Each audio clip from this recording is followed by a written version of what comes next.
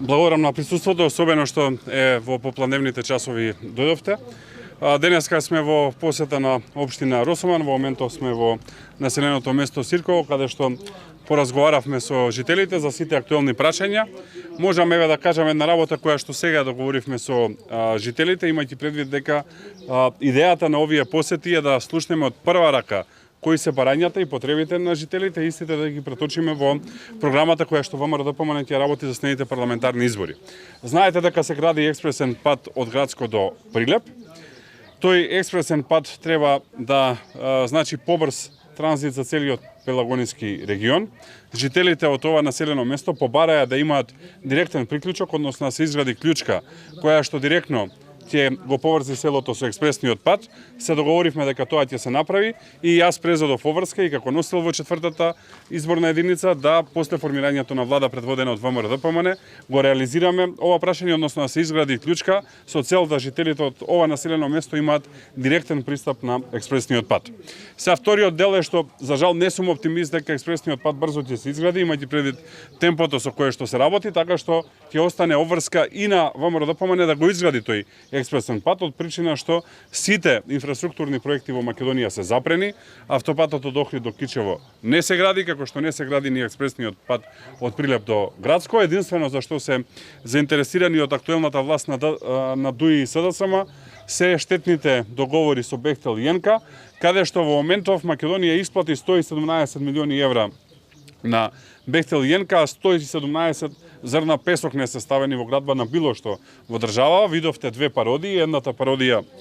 беше кај Тетово, каде што наводно почна да се гради тој дел од автопатот, а не се гради ништо. Втората пародија беше во близина на ова населено место, односно малце подолу од Прилеп, каде што исто така наводно почна да се гради овој дел од автопатот, ама сите знаете дека не се гради ништо, така што тоа уште еднаш покажува за какво недомаќинско работење се работи од една страна и од друга страна за штетноста на овој договор. Би сакал уште една-две теми да опфатам. Првата тема е во однос на најактуелните политички прашања. Мислам дека целосно треба да ја затвориме темата поврзана со така наречените уставни измени, подршка од ВМРО-ДПМН во овој парламентарен состав под овие услови за уставни измени нема и мислам дека тука треба да ставиме точка на оваа тема и да се посветиме на останатите теми, доколку власта мисли дека ова поминува кај народот, да одиме на предвремени парламентарни избори, па да видат што мислат луѓето по однос на ова и на сите други актуелни прашања. И третата тема која што сакам да отвораме, состојбата со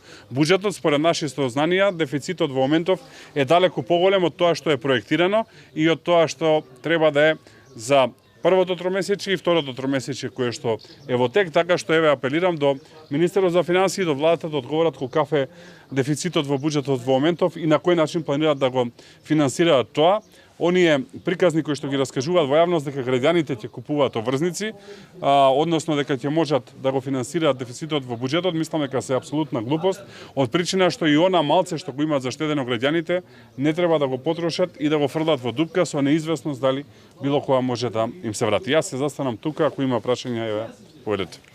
Едно прашање само вчера. Страсбург конечно се огласи по една жалба, да речам, до нив во врска со настаните од 27 април и конечно покажа во врска со ваша поранешна пратеничка. Каков знак препознавате во ова, што ова во иднина ќе значи и за останатите кои се уште за жал се во занданите? Јас високо го ценам Европскиот суд за човекови права во Страсбург. Знаете дека и сум долги години во Советот на Европа, а судот е еден од основните механизми на Советот на Европа и таму нема нити одлуки кои што се базирани врз основа на лични чувства, нити одлуки кои што се базирани врз основа на политика, туку има исклучиво одлуки кои што се базирани на Европската конвенција за човекови права, која што е основа на основните човекови права. И затоа не сум изненаден што судот донесе ваква одлука, затоа што оваа одлука се одвестува на сето она што е право и правда. Имено во овој случај се работи за нарушување на неколку основни човекови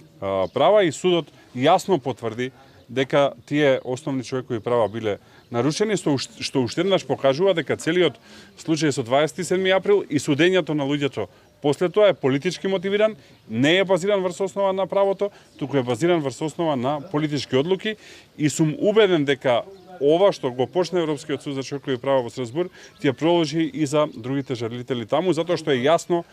што се случуваше и на кој начин се политизираше целиот случај. Мислите ке има доблест ваков како што го имаме судов ние во Македонија, конечно да почне да се преиспитува со тие срамни одлуки, да ги наречем? Тоа е добро прашање. Може би јавноста знае, може би не, со последните измени кои што се направија во сетот законици кои што се поврзани со кривично-правната материја, основ за разрешување на судија на било кој степен на суд е доколку не ги почитува пресудите на Европскиот суд за човекови права. Затоа што Европската конвенција за човекови права и праксата на Европскиот суд за човекови права од Страсбург се дел од домашната судска пракса соодветно на нашите закони и основ за разрешување на судија во Македонија е доколку има пресуда од Европскиот суд во Страсбург, а тој судија не ја испочитува, така што мислам дека нема да има толку храбри судии кои што ќе ризикуваат да бидат разрешени, а кои што ќе бидат свесни дека ниедна политичка заштита не може да ги заштити, затоа што политичките партии се менуваат, но правото останува и овај апел до судиите да ги почитуваат пресудите на Европскиот суд за човекови права во Страсбург. Благодарам што дојдовте.